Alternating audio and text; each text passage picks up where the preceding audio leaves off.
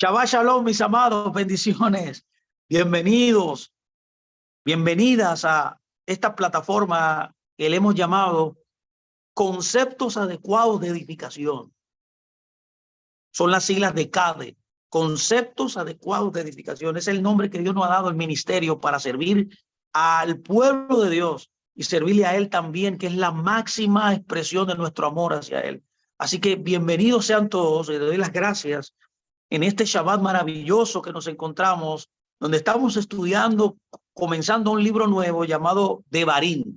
Hoy la porción de Devarim, que toma su nombre. Así que le doy las gracias al Eterno, le doy las gracias a todos ustedes también por la deferencia de estar con nosotros hoy, el 4 de Av del año 5783, según el Seder Olam. El Seder Olam, que es el orden de los tiempos, desde la creación de Adán hasta ahora, los rabinos han contado hasta el año 5783, 5783, hoy 22 de julio del 2023. Hoy tendremos la lectura, como dije, de Devarim, que comprende del capítulo 1 del versículo 1 al capítulo 3, verso 22. También una lectura llamada, la segunda lectura llamada Haftará, donde se lee en esta semana el libro de Yesayahu, o sea, Isaías, capítulo 1, verso 1 al 27. Esta es la porción de esta semana.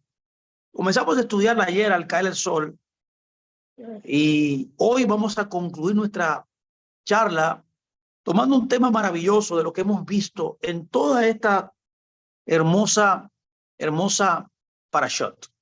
Así que, ¿qué más decir? Vamos a dar inicio inmediatamente, dando la bienvenida, dando las gracias a Dios por esta oportunidad que nos brinda de poder compartir con todos ustedes, aprender juntos y poder servirle a la misma vez. Así que vamos a comenzar inmediatamente, sin más preámbulo, este tiempo que para poder seguir un orden ordenado de ideas, le hemos llamado por un nombre. Esta charla, este shiur, le hemos llamado Aprendiendo a Vivir en Unidad. Necesitamos hoy, más que nunca, aprender a vivir en unidad. Y eso es lo que yo quiero hablarle a usted en el día de hoy. ¿Me permite? ¿Me permite hablarle de este tema maravilloso? ¿Se usted ha oído un poco acerca de este tema en otras oportunidades? Pero hoy yo quiero tomar tiempo para poner mi perspectiva de esto. Así que espero que sea de gran ayuda. Ahora bien, en esta porción llamada Devarim que estamos estudiando, vamos a comenzar, o ya comenzamos, sí, ya, porque hoy ya se concluye la lectura de este Devarim, porque ya comenzó la semana pasada, cuando cayó el sol, hasta este Shabbat. Hasta que termine este Shabbat ya comienza otra porción.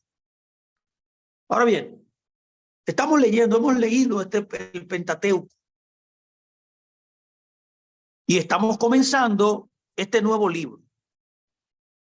Los 5 libros del Humash forman una unidad. Son, por así decirlo, un avance a partir de los patriarcas, que son Abraham, Isaac y Jacob, y las matriarcas también, que forma Israel. Los 7 nombres de los patriarcas y las matriarcas, que son 7, no es casualidad que 7, el número de la perfección, forman en sus siglas, en su nombre, Israel. Lo que está tratando de decir Dios es que Dios nos está formando como pueblo primeramente y luego como una nación. Y en el libro de Deuteronomio que nos toca estudiar, comienza su comentario de una nación unida. Eso es lo que yo quiero tocar hoy. Nos registra la nación unida, unificada, escuchando la voz de Moisés. Estas son las palabras de Moisés. Todo el pueblo estaba en unicidad, todo el pueblo estaba reunido en asamblea para escucharle. Es por esa razón que quiero tomar tiempo hablando de este tema maravilloso. de la unidad con Dios y de la unidad entre sí, entre nosotros que somos hermanos. Por lo que el tema del libro, este libro maravilloso de Devarim, uno de los temas centrales de este libro es la unicidad. Es la unicidad con nuestro Elohim, es la unicidad con nuestros hermanos, es la unicidad con nuestros reaim, que son nuestros hermanos, nuestros prójimos. Es por esa razón que hay que preguntar, ¿qué es la vida? Estas son preguntas muy importantes y muy básicas de la ontología. Estas son preguntas básicas que nos dan la clave de muchas de nuestras inquietudes y muchas también de nuestras cuestionantes. Nos estamos preguntando en todo momento, ¿qué es la vida? ¿Qué estamos haciendo aquí? Para los cuales yo tengo que decir también que la mayoría de nosotros jamás encontramos una respuesta fidedigna, una respuesta clara, pero hoy, a través de este principio, a través de darle también una respuesta básica, entendida, fundacional para estas dos preguntas, es que la vida es, que lo que venimos a hacer aquí es, una de las cosas con la cual Dios nos creó hacer es unirnos con el único Dios verdadero. Usted fue creado, ideado, hecho, edificado para unirse a Dios. Y hay un medio a través del cual Dios estableció que usted se unirá con él, es a través de su hijo Yeshua, el hijo de Yosef. A través de él nos unimos a Dios. A través de su palabra nos unimos a Dios. A través de la conexión de obedecerle en todo momento, nos unimos a él. Por tanto, unirse a él es el foco central de lo que es la vida. La vida nunca tendrá sentido, la vida nunca tendrá motivación, mi amado, si la búsqueda suya es otra. Y cuando nos unimos a él, para los más ambiciosos espiritualmente como nosotros, porque hay una ambición espiritual que debe ser parte de nuestra vida.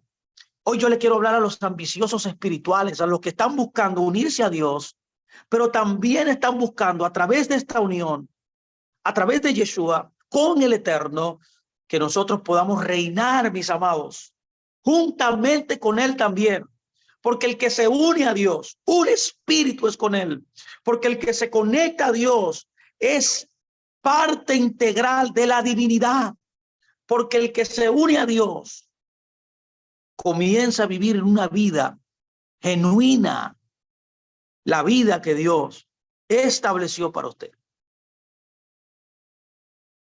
Hay otras dos unidades también importantes que no podemos pasarlas por alto hoy. Que son principales, son importantes también, que están unidas a este principio central que es la unicidad con Dios a través del Mesías, para que nosotros podamos ser llevados a ser gobernantes, reyes y sacerdotes funcionales en esta tierra. Y es la unidad con nuestro cónyuge, los que tienen cónyuge o los que tienen familia. Si no se ha casado, usted tiene una familia.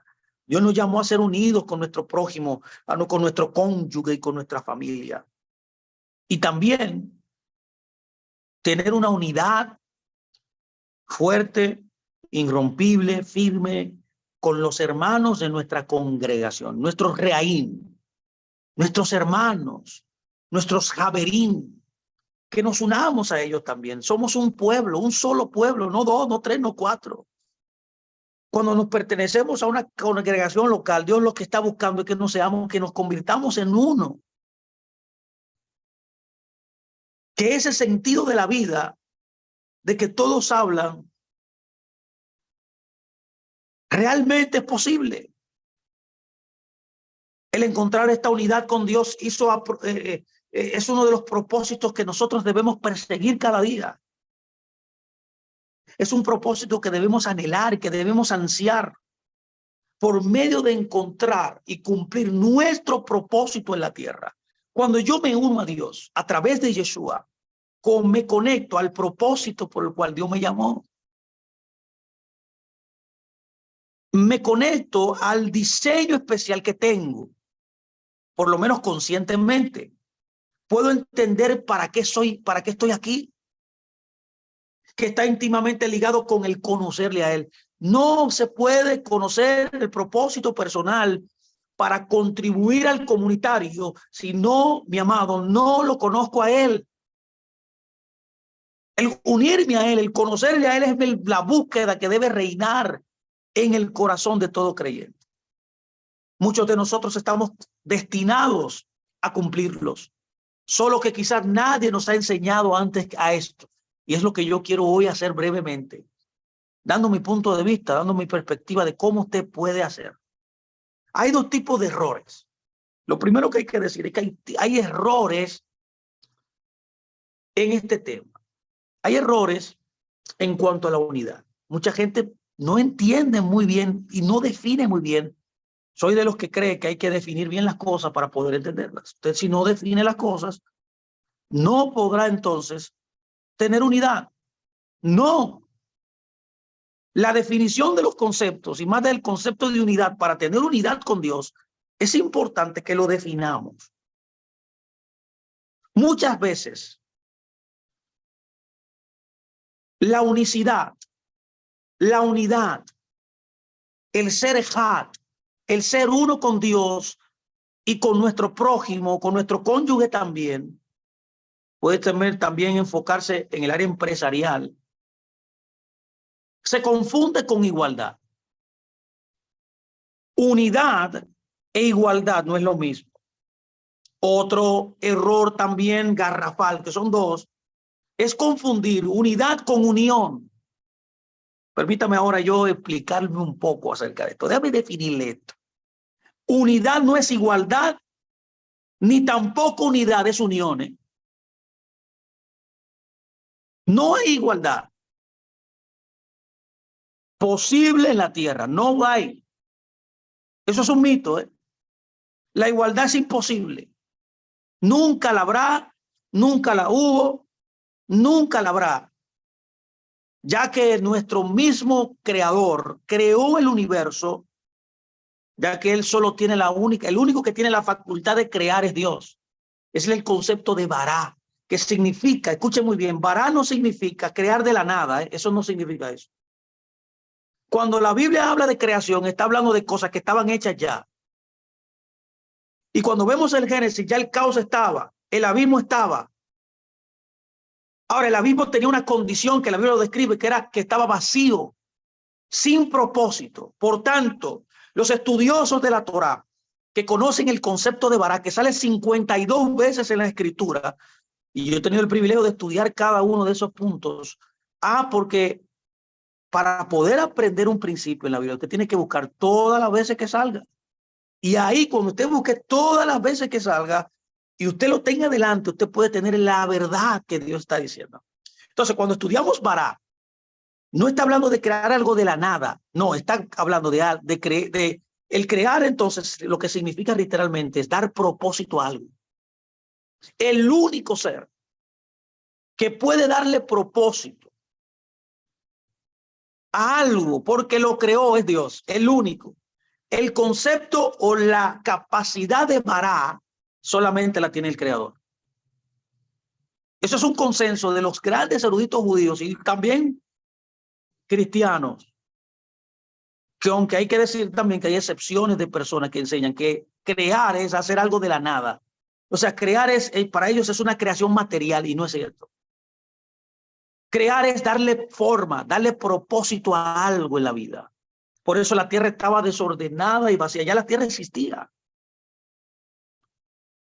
Por eso dicen el principio creó Dios. Cuando dice el principio, no está hablando de tiempo como nosotros conocemos el tiempo en la física, en este mundo científico en el cual nosotros vivimos. No, está hablando de alguien que es Yeshua. Cuando yo lo entiendo así, ya entiendo lo que dice el texto. El texto está diciendo en él, en Dios, como lo llaman los rabinos, el lugar. Lo llaman el lugar a Dios. Él es el lugar del mundo. El mundo está en él. Nosotros vivimos en él. Dios no vive en el mundo vive en él, que es diferente. Por eso se le conoce con el nombre del lugar, el Jamacón. Por tanto, cuando entendemos esto, que el principio es alguien, ya cambia la perspectiva. Dios lo que está tratando de enseñarnos en Génesis 1 es cómo el mundo estaba fuera de propósito, cómo el mundo no tenía sentido, cómo el mundo estaba, por así decirlo, perdido.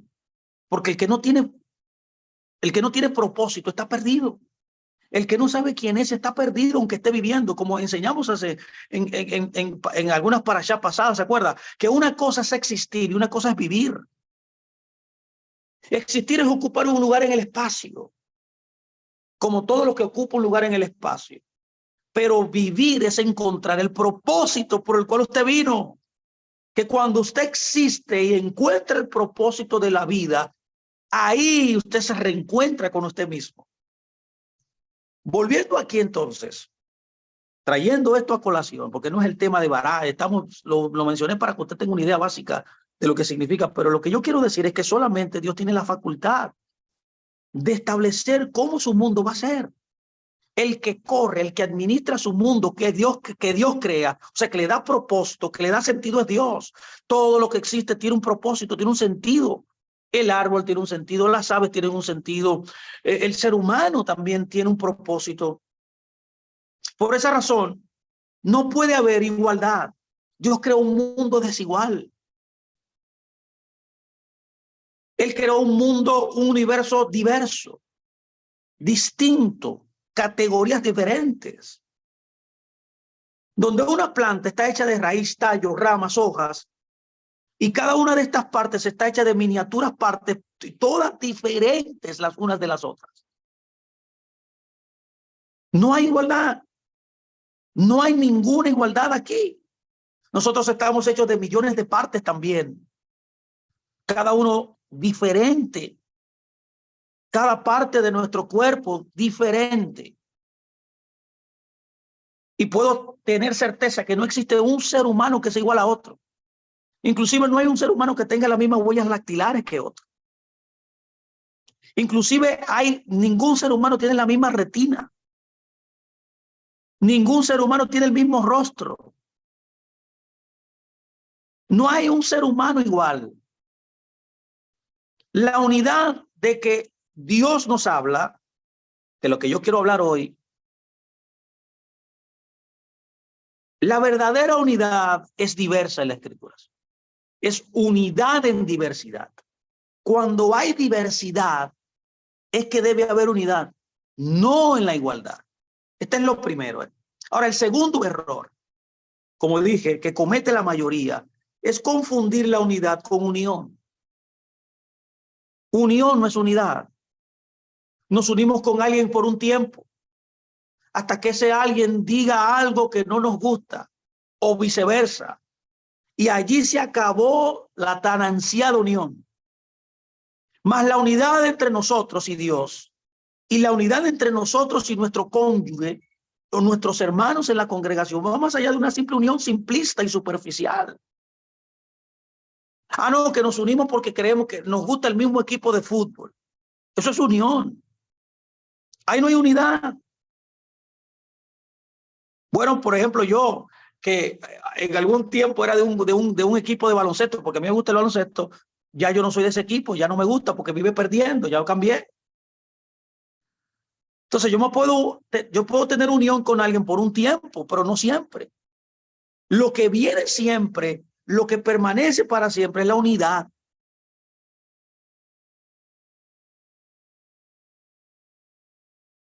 Para aquellos que hemos encontrado, por ejemplo, nuestra basherte, nosotros, yo, por ejemplo, mi persona que he encontrado mi alma gemela, es el cónyuge que Dios tenía preparada para nosotros desde antes de la fundación del mundo. Sabemos de lo que yo estoy hablando. Lo que hemos encontrado es alma gemela, sabemos lo que es la unidad. Que mi esposa es diferente a mí, yo no la puedo cambiar, yo no vine aquí a cambiarla a ella. Ella le gusta ciertas cosas que a mí no me gustan.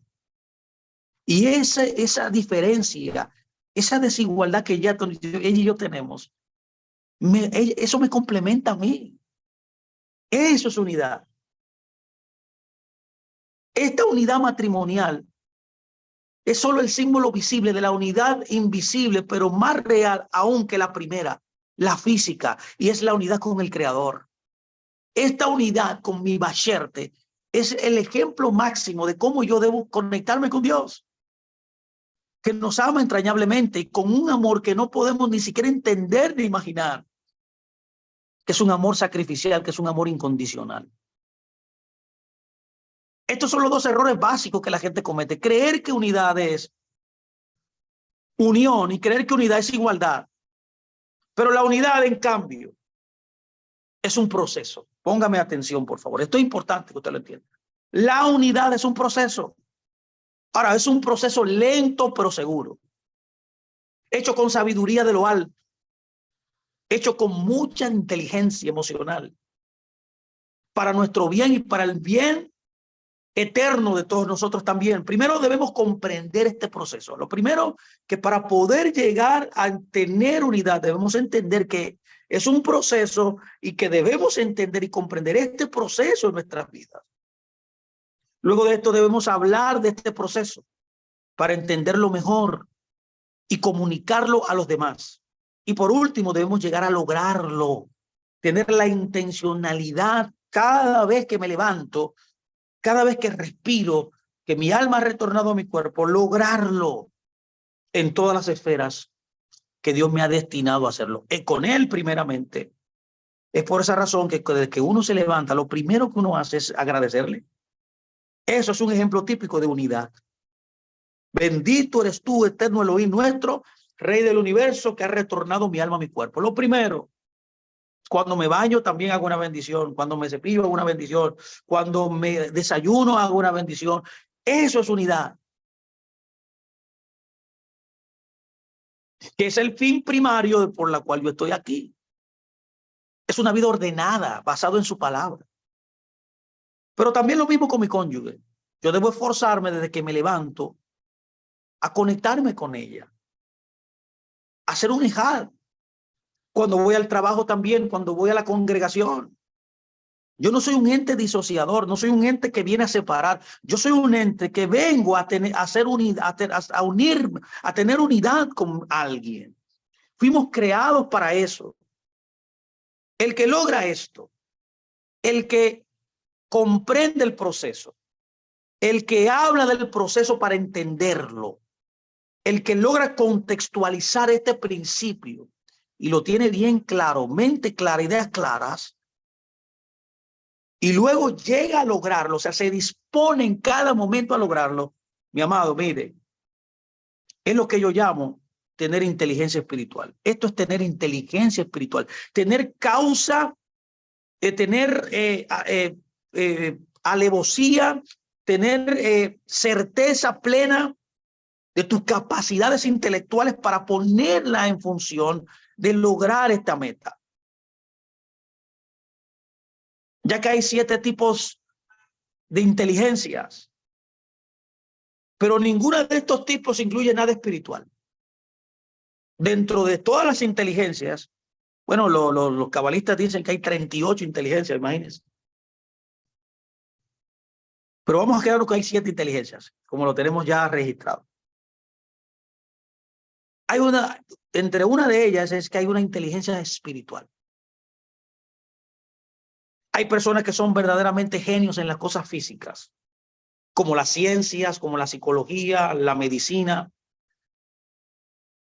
pero totalmente ciegos y tontos a las espirituales. Yo le llamo a esto naturalización. Son personas extraordinarias en las cosas, en las capacidades naturales, pero en las cosas espirituales hay pocas, no son muy diestros. Esta inteligencia espiritual que la que yo estoy tratando de hablar, que para poder lograr la unicidad, nos permite ir más allá de la apariencia de las cosas y penetrar. Lo que yo decía al principio, penetrar en las ideas de Dios, cada vez más en su esencia, hasta llegar al fondo mismo de las cosas, hasta llegar al fondo de la situación, por ejemplo, hasta llegar al fondo de entender totalmente a las personas. Para poder entender a las personas, usted tiene que ponerse en su propia piel.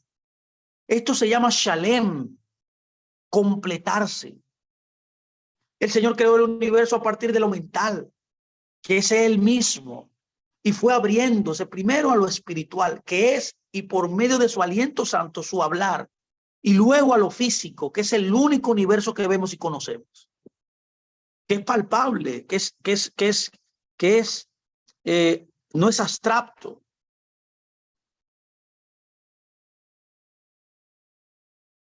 Es por esa razón que nosotros, mis amados, debemos aprender el camino inverso, y eso es la inteligencia espiritual o la sabiduría espiritual. La comprensión, entonces, profunda, reveladora de la vida misma, de los principios de la vida, como estamos hoy charlando acerca de la unidad, está íntimamente ligada a la inteligencia espiritual, a lo cual llegamos de a poco, a lo cual llegamos en un proceso, a lo cual llegamos paulatinamente. No nos hacemos sabios al instante, no nos hacemos inteligentes espiritualmente al instante, no. Esto es un proceso. Al igual que en la unidad también, lograr sabiduría, lograr inteligencia es un proceso. No llegamos así de la noche a la mañana. Ahora bien, para poder lograr la unidad deseada, también existen obstáculos. Hay obstáculos también. Hay obstáculos que impiden. Hay trabas que impiden que usted pueda estar unido con Dios. Sí, mi amado. Si tomamos un ejemplo bíblico para que usted me pueda entender fácilmente. Egipto era una traba. Egipto, parte de nuestro pueblo que estuvo cautivo por 400 años, 400 años, 30 años en un buen estatus y luego 400 años en un estatus de cautiverio. Egipto literalmente es la palabra Misraim, que significa traba, literalmente obstáculo. En otras palabras, espiritualmente hablando, Egipto era un obstáculo para que el pueblo de Dios no sirviera a Dios, no se conectara con Dios, no fuera unidad con Dios, ni que fuera la tierra que Dios le había dado. Es por esa razón que cuando Dios liberta al pueblo, lo lleva a la montaña, se casa con él, le da la Torá y le dice, ustedes tienen una tierra que tienen que llegar. Eso de la meta era la tierra y establecerse en esa tierra y dominar en esa tierra y vivir en esa tierra y ser productivo en esa tierra que Dios le dio. Ahora bien, Egipto era una traba para esa persecución. Dentro del camino a la unidad hay obstáculos también. Fernando, ¿cuáles son los obstáculos que podemos ver, que podemos analizar hoy, que impiden la unicidad?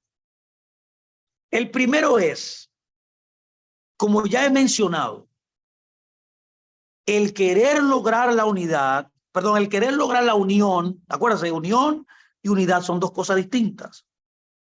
Ahora bien, el querer lograr la unión a costa de la verdad de Dios. Póngame mucha atención. Lo primero que hay que saber que obstruye la unidad es querer tener unidad, obviando a costa de la palabra de Dios. Señor, usted no puede tener unidad con Dios si usted le da la espalda a la palabra. Esto no debemos permitirlo. Aunque nos han educado para admitir la unión y para que no nos importe mucho la verdad. Cuando hay unidad, la verdad es central.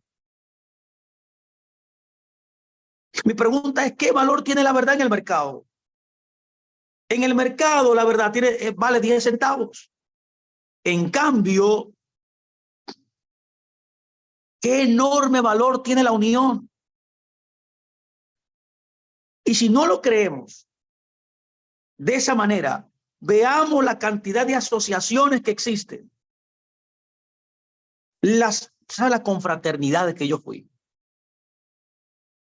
Tú sabes la cantidad de confraternidades, de concilios. Y en el ámbito secular hay miles de asociaciones, miles de clubes, de leones, clubes deportivos. En todos los ámbitos hay un buscar de unión, pero no de unidad. Mucha gente dice, yo soy socio de tal asociación, yo pertenezco a la confraternidad de pastores de República Dominicana. Esto nos da una sensación de orgullo de que la verdad está afuera. En esta confraternidad, la verdad está afuera tocando, déjenme entrar, porque no la dejan entrar.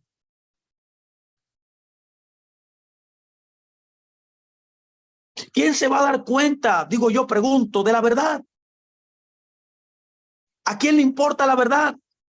Al que le importa la verdad, al que le interesa que la verdad sea lo primero, porque sin verdad no puede haber unidad, ¿eh?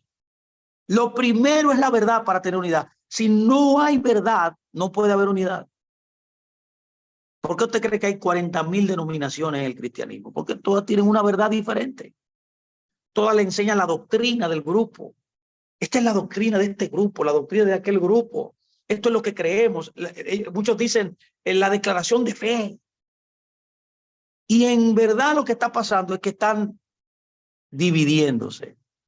Por eso hay 40.000 denominaciones. Por eso también Jesús vino en el primer siglo. Usted sabe que en el primer siglo, de haber solamente un grupo, comenzaron en el tiempo testamentario a formarse más grupos.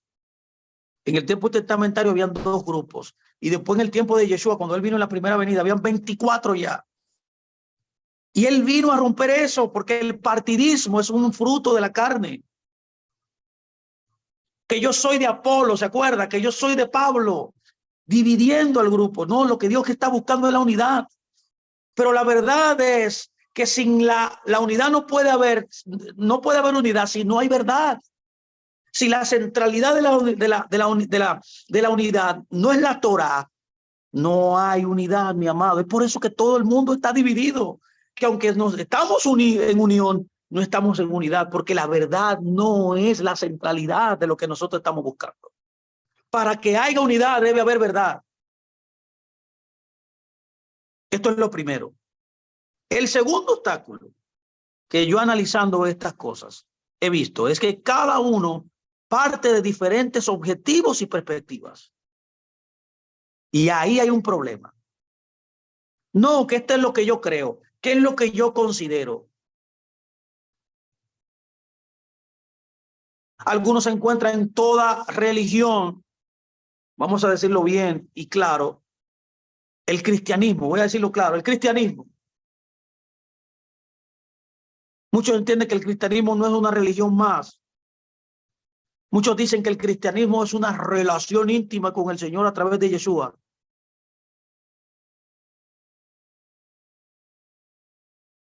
Es por esa razón que algunos en todas las religiones buscan algo por la cual vivir, una razón muy buena y muy satisfactoria. Ni hablar de la cantidad de amigos que se hace uno en una congregación. Si apartamos de la base que se ganan muchos amigos valiosos en estos lugares, el punto de partida es totalmente diferente del que está allí.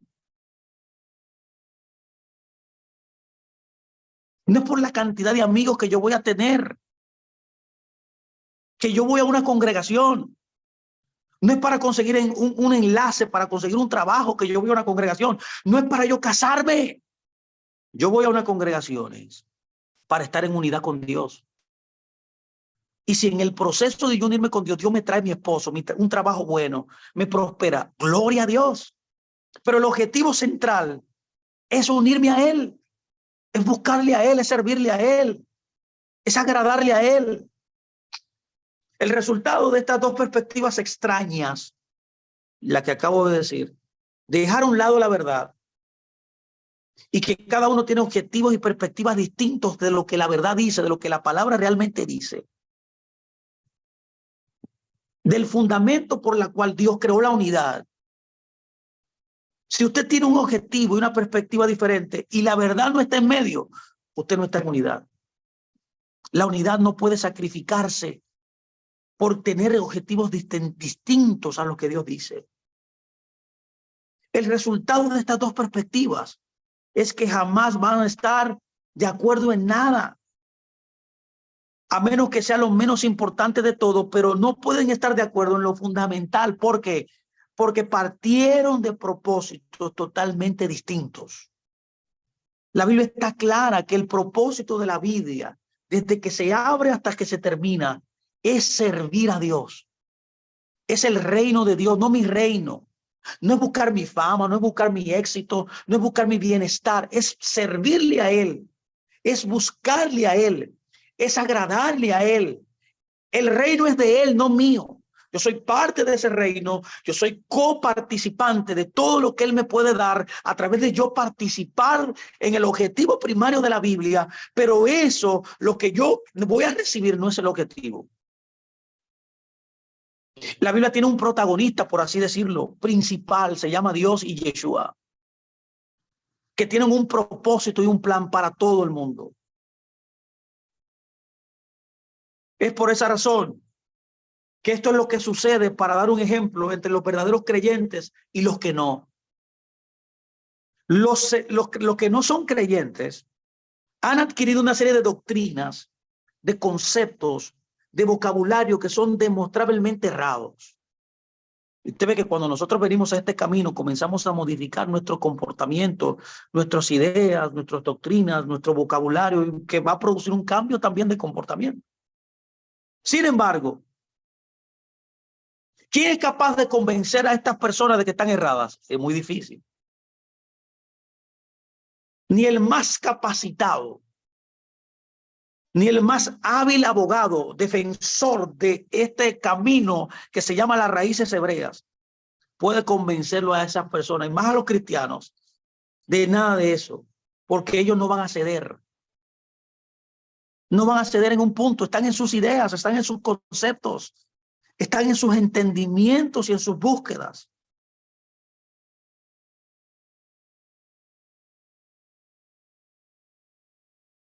¿Lo puede ver? Es por esa razón que el resultado de esta ceguera voluntaria es desunión hasta la muerte. Y es lo que estamos tratando de conversar hoy. Dios no quiere eso. Dios no quiere eso. Que no hay unidad. No, Dios no quiere eso. La idea de Dios es que seamos unidos como un solo pueblo. El tener un propósito escondido. El tener un propósito no declarado, una agenda contraria a la verdad, indica lo que dice la palabra de Dios. Es tan difícil de entender. Cuando usted tiene objetivos contrarios al objetivo de la Biblia, usted no va a poder entenderla. Por eso es que mucha gente no entiende la Biblia, y más los incrédulos. Esto solo indica que hay un paquete de creencias y de propósitos a priori que tiene que defender a muerte. Usted ve que cuando uno habla del Shabbat o de las fiestas, lo satanizan a uno. Cuando uno quiere proponer, como yo, que tengo una serie de estudios en mi página de Facebook, que se llama Conceptos Judíos, que yo estoy dedicado a buscar la verdad donde quiera que se encuentre. A mí no me importa dónde esté. Si yo la veo donde quiera, la reconozco. Ahí está, no se puede esconder. La verdad es la verdad. Ahora, la Biblia es un libro hebreo, no es un libro cristiano, no es un libro cristiano, es un libro hebreo. Es un libro judío, con mente judía, que escritores judíos, todos los que escribieron son judíos, con una mentalidad judía, una idiosincrasia hebrea. Entonces yo tengo que entenderlo de esa manera. Toda idea contraria no tiene compatibilidad con los judíos. Por ejemplo, si alguien cree que el Antiguo Testamento está en contra del homosexualismo, lo va a discutir. Lo va a discutir contigo hasta agotarse y agotar a los demás. No, hay mucha gente defendiendo esto. No, eso no dice eso en ningún lugar. La Biblia sí enseña que habla en contra de la homosexualidad, lo habla claramente. Ahí no debe haber ningún tipo de inconveniente porque la Biblia lo dice. Pero hay gente que se levanta en contra, incluyendo creyentes. He visto yo en las redes sociales creyentes discutiendo que ahí no dice eso.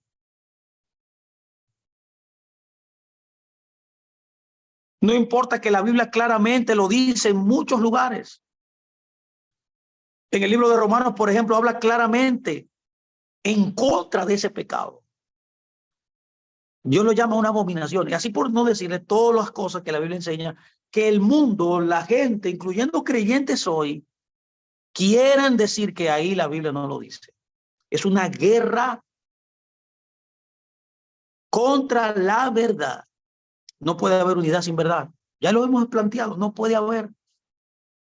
Cuando Martín Lutero le agregó una pequeña palabrita a la palabra solitaria, fe, ¿se acuerda?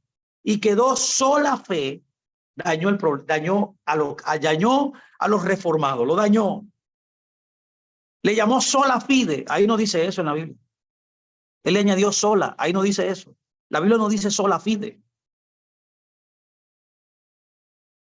Esto nos pareció cosa muy grande al principio. Pero esta sola palabra agregada por él cambió la historia del cristianismo, mi amado. Y hasta el día de hoy, por esa palabra, el cristianismo está dividido. Y mucha gente de que creen eso contra otras personas que no creen eso, como yo, que no creo eso, que dice solo fe. Ahí no dice eso, ahí dice fe. Por la fe, dice. No dice sola fe. No es solo la fe como parte integral de la salvación. No, la fe sin obra es muerta. Ahora bien, el que no cree eso, crea un conflicto, se crea un conflicto inmediatamente. Hay una desunión total. ¿Quién se atrevería a discutirle a alguien que cree en sola fe? Se arma un lío. La Iglesia Católica, por otro lado, cree que hay que hacer buenas obras para ser salvo. Y esto es un error también.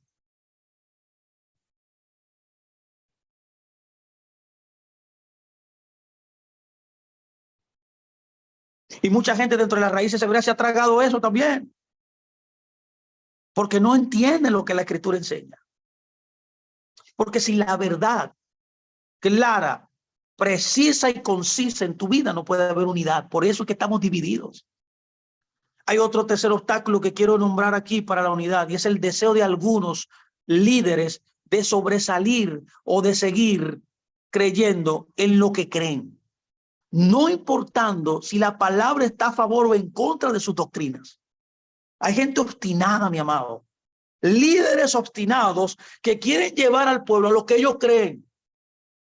Esto no es algo general, mi amado, aunque usted no lo crea, no es algo general, pero es bastante común. Bueno, yo tengo que testificarle a usted, yo creía así también, yo quería forzar a la gente a creer lo que yo creía, pero le doy la gloria a Dios que me cambió, me hizo entender la verdad. La verdad no está para obligar a nadie a creer lo que tú crees, ni inclusive Dios quiere que tú hagas las cosas obligado. Los mandamientos, lo voy a decir aquí, para muchos de ustedes que quizás no lo entienden, los mandamientos de Dios no son obligados en la Biblia. Es por esa razón que la mayoría de las divisiones surgen de este afán de muchas personas de sobresalir por encima de las exhortaciones del apóstol Pablo de piensen todos una misma cosa. ¿Te ve? Que Pablo dice, piensen todos una misma cosa. ¿Cómo nosotros podemos llegar a pensar en una misma cosa? Cuando nosotros conocemos los principios como fueron dados. Cuando nosotros conocemos la verdad, porque la verdad es una sola. No varía, no cambia. La Torah es inquebrantable. No puede entenderse de 10 maneras. Tiene un solo fundamento, una sola verdad que revela, que refleja. Y muchas otras cosas parecidas también a estas, que parecen no tener valor alguno. Aparte de que los líderes entre sí, y dígamelo yo que yo sé mucho de esto, los líderes entre sí, hay un problema muy grave entre ellos. No se respetan. Los líderes entre ellos no cubren la propia desnudez de cada uno. Tú no ves en las redes sociales cómo los líderes se viven matando entre ellos. Porque uno puso una enseñanza de una perspectiva que quizá es la misma perspectiva que yo tengo, pero que yo la entiendo de otra forma porque no tengo la idea central de lo que quiere decir. Y la expreso de otra forma. Eso crea un caos. Mucha gente piensa también que los líderes no son relevantes. Hay congregaciones, o sea, hijos de la casa, miembros de la casa, por así decirlo, para que usted me entienda, los que participan en las congregaciones piensan que los líderes, la autoridad no es importante. Ellos no consultan a nadie. Ellos son, como dice un gran predicador, hay muchos chiefs, pero hay pocos indios. No todos somos iguales. La igualdad, como hablé hoy, es imposible. Y en el ministerio menos. Si hay un líder es porque hay alguien que se deja liderar. Si hay una cabeza es porque hay un cuerpo. El cuerpo no puede ser cabeza. Y hay mucha gente que, creyéndose ser cabeza, no se someten a las autoridades. Y esto lo que produce es un desorden, cuando lo que Dios quiere es traer orden a través de la unidad. Ahora bien, luego de ver estos obstáculos, yo quiero ya ir cerrando. Me quedan pocos minutos, me quedan pocas notas también. Es aquí donde yo vengo ya a la aplicación de todo lo que yo he hablado. Ya hemos visto, hemos definido qué es unidad, hemos definido qué no es unidad también. Hemos visto algunos obstáculos que impiden la unidad. Ahora bien, ¿cómo yo logro unidad ahora? ¿Cómo yo logro unidad? Yo voy a proponer algunas cosas importantes aquí, que son 5 en total. Y nos vamos. Y terminamos este shiur, esta charla de hoy, este comentario de la Torá. Pablo es un gran erudito, nos exhorta, como dijimos, nos exhorta a la unidad y provee 5 herramientas emocionales evolutivas para hacerlo. Usted necesita ser cableado, ser llenado de herramientas emocionales evolutivas para lograr esto. Acuérdese que usted debe impulsarse todos los días, luego de conocer bien esto, a hacerlo. Si usted no se propone hacerlo, nunca habrá unidad. Si usted quiere vivir solo en su manera, hacer lo que usted considere, hacer lo que usted quiera en la congregación, en el trabajo, en su hogar, no va a haber unidad. Porque la unidad tiene que ser, la unidad debe ser hecha con plena certidumbre de causa y debo perseguirla. ¿Cuál es el objetivo de una familia? Que esté unidad. Cuando nosotros estamos en familia, no soy yo solo. Yo no debo pensar en mí solo, yo debo pensar en el todos. No sé si me está siguiendo, igual que cuando usted va a una congregación. Yo he oído personas en las congregaciones locales que dicen, si no hacen lo que yo digo, esta congregación no va para ningún lado. Hay mucha gente que se ofende y se va de las congregaciones por eso. Eso pasa también en los trabajos. En todo lugar donde haya personas, siempre habrá personas que quieren buscar y hacer lo que ellos quieran, sacrificando al grupo. Y ahí no hay unidad. Es por eso que se necesita herramientas internas, emocionales para lograrlo. Así que el que no es, número uno, la primera es la humildad. El que no es humilde no puede lograr unidad. Para el mundo la humildad es un sinónimo de cobardía, pero para Dios es un sinónimo de orden y es la disposición de crecer y obedecer. Es diferente. La persona que no es capaz de ser humilde frente a su líder, frente a su pastor, frente a su padre, frente a su jefe en el trabajo. La persona que no pretende ser humilde, la esposa que no es humilde delante de su esposo. Mi amado, no puede haber crecimiento ahí, no puede haber un cambio, no puede haber futuro ahí. Hay personas que se le dice la menor observación, como en esta porción de la Torá de Barim, y son personas que no reciben nada. Son personas que con la menor observación se le puede hacer de manera buena, agradable, como yo recomendé ayer, reconociendo las cualidades de la persona, las cosas buenas que han hecho, y ir endulzándolo. Pero como quiera hay personas que aunque tú hagas eso, se ofenden. Y se van para no volver más. En cambio, en sus empleos son humillados todos los días y quizás no dicen ni mu, dicen. Pero si es la congregación, si es con su esposo, ahí hay un problema. ¿Qué nos dice esto de las prioridades? Mucho.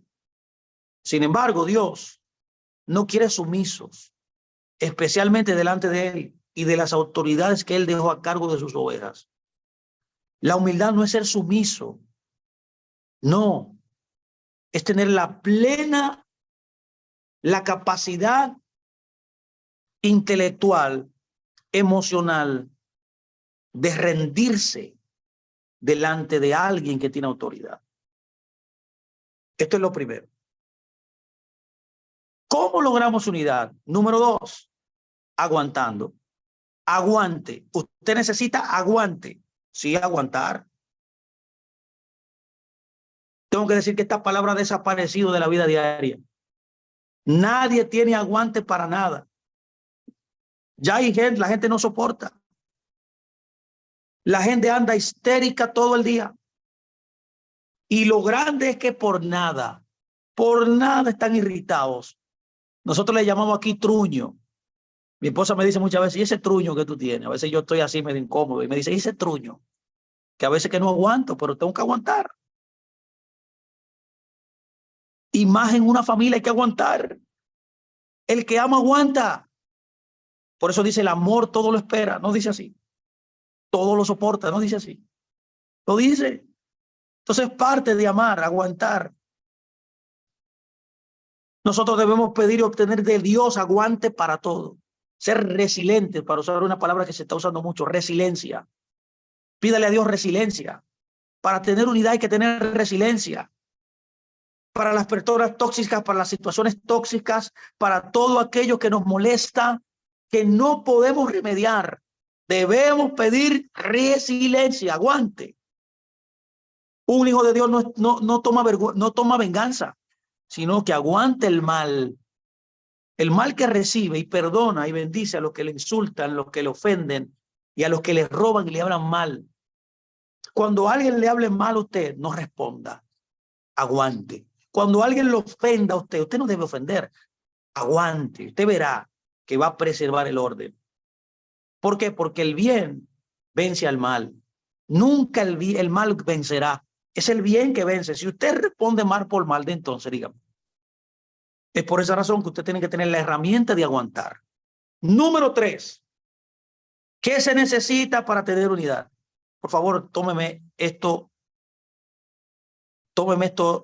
consejo que le estoy dando aquí. Mire, para tener unidad hay que tener también una herramienta que se llama paz interior. Paz interior. Quiero hacerle una pregunta ahora, pero para que usted se la conteste usted mismo. No me la conteste a mí, contéstela a usted. Es una pregunta retórica para usted. Cuando vamos o vemos a alguien, plantamos paz en esa persona. Pregunto, cuando estamos en nuestra familia, damos paz a quienes nos rodean. Pregunto también, somos personas que tenemos como hábito la paz interior. Por tanto, para conservar y establecer unidad en nuestros círculos, esa paz interior es fundamental para nuestra vida y para nuestra familia y para nuestra congregación, para nuestro trabajo. Si no hay paz interior, si la paz no emana de ti, ¿cómo puedes tú creer que puede haber unidad? La paz interior implica salud de nuestras 3 dimensiones. Salud de nuestras 3 dimensiones. ¿Cuáles son? Alma, cuerpo y espíritu. La salud no es más que un equilibrio entre las fuerzas exteriores contra las fuerzas interiores. Para poder dar un ejemplo fácil para que usted me pueda entender, si los microbios de afuera, que están todos en nuestro ambiente, consiguen entrar en nuestro cuerpo, ¿por qué es? Es porque nuestro cuerpo, la dimensión física no está sana. Cuando yo me cuido mi cuerpo, cuando yo me cuido en todo sentido, hago ejercicio, como sano, lavo mis manos bien antes de comer, después de comer, ¿cree usted que los microbios van a tomarme? Porque todo está lleno de microbios, pero si yo me cuido y cuido mi cuerpo, yo creo que va a ser muy difícil que los microbios entren. Esto es lo que yo estoy tratando de decir. Lo exterior no puede venir a romper lo que hay interiormente en ti, esa paz. Cuando tú eres quebrantado interiormente con tu paz, es que viene la desunión, viene la falta de unidad. No va a haber unidad porque te rompieron adentro. Es por eso que cuando alguien te insulta, cuando alguien te maltrata, te ultraja, el responderle tratando de defenderte es una indicación de que tu paz interior fue rota.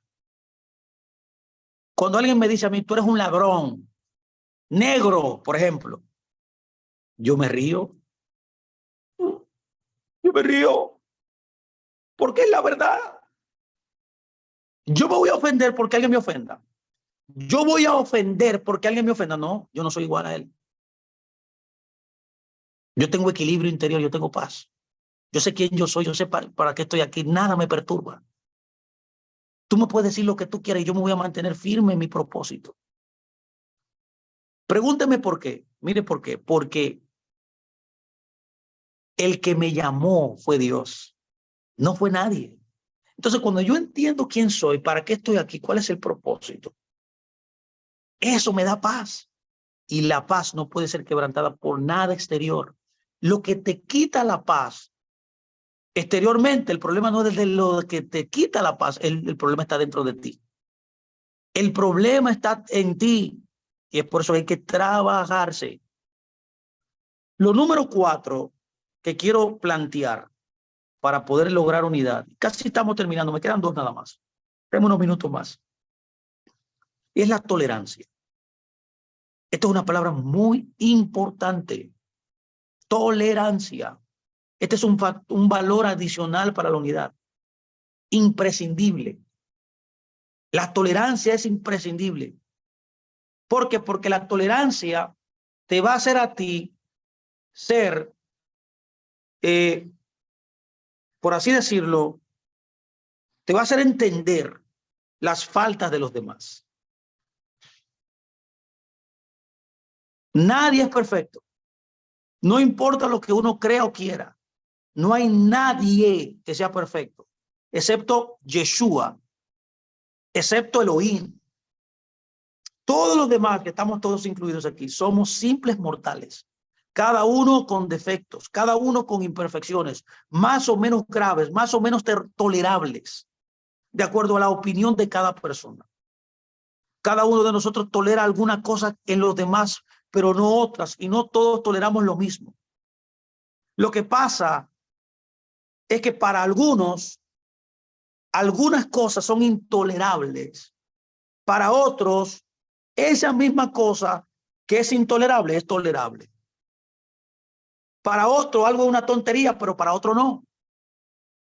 Hay diferencias entre cada una de las personas. Es por esa razón que debemos entender las diferencias y aprender. ¿Cómo yo aprendo a tolerar? Bueno, usted tiene que incorporar en su vida ser una persona de oración. Alguien que ora, que es un hombre de oración, una mujer de oración, producirá en usted tolerancia. Usted comenzará a entender que todo el mundo, en todos somos pecadores, somos imperfectos, no somos perfectos, todos fallamos. Y que debe aprender a tolerar. Hay cosas que hay que tolerar obligatoriamente. ¿Y cómo usted no puede tolerar algo que es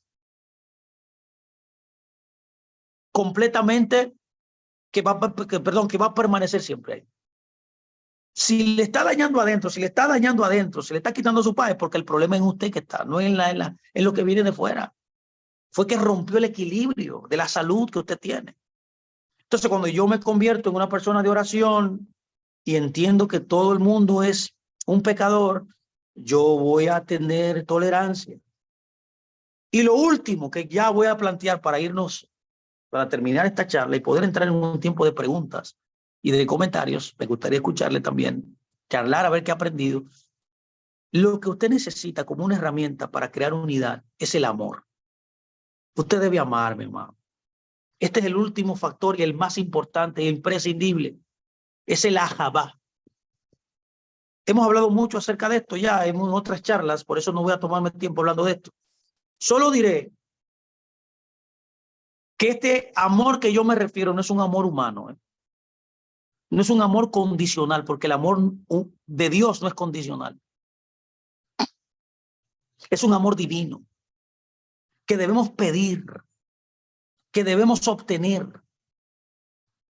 Mientras persistimos en pedirlo y en querer tenerlo, y yo no estoy diciendo que no es fácil amar, no es fácil amar, pero es una decisión que usted puede lograr. Es difícil amar a aquellos que lo odian, pero es posible, porque es una decisión que usted toma. No es algo emocional, es una decisión que usted toma.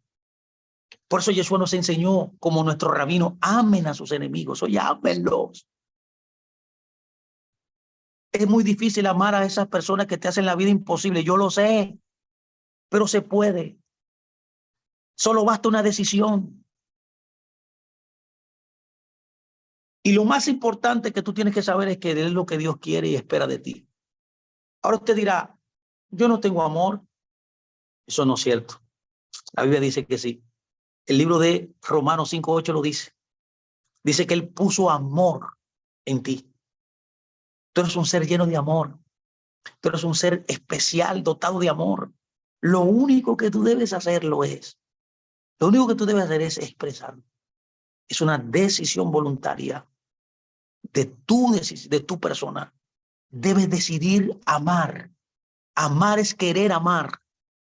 Amar se aprende amando. Y mientras más quiero amar, más amo.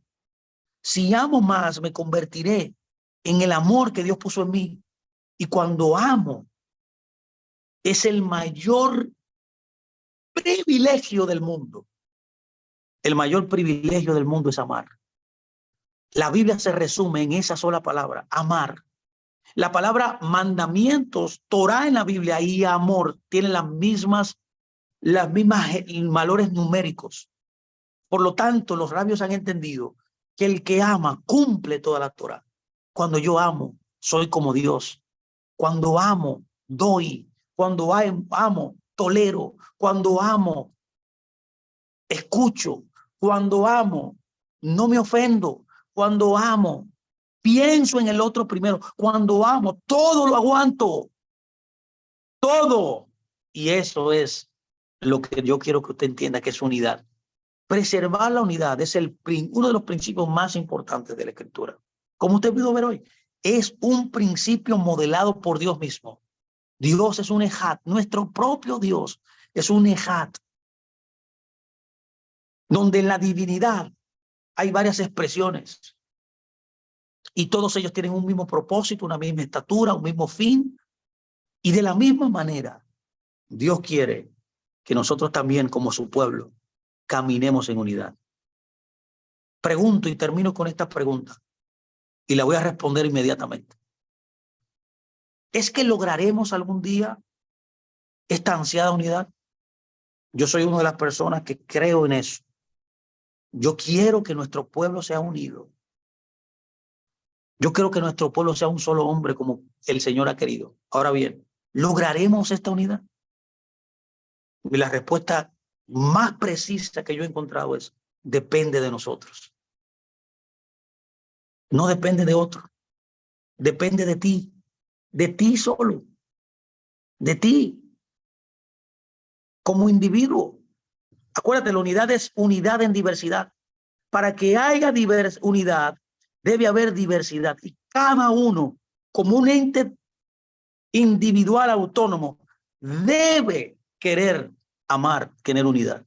Si no quieres, no tendremos unidad. Así que, ¿lograremos algún día la unidad?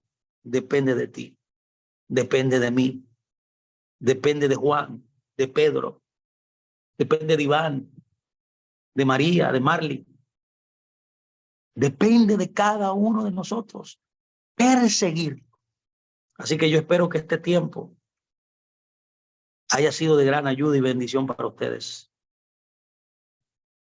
Y por eso que me despido ya, voy a despedirme. Esperamos que estas palabras hayan llegado a su alma. Persigamos la unidad. Es lo que Dios quiere. Así que tengan un gran Shabbat. Shabbat Shalom, mis amados.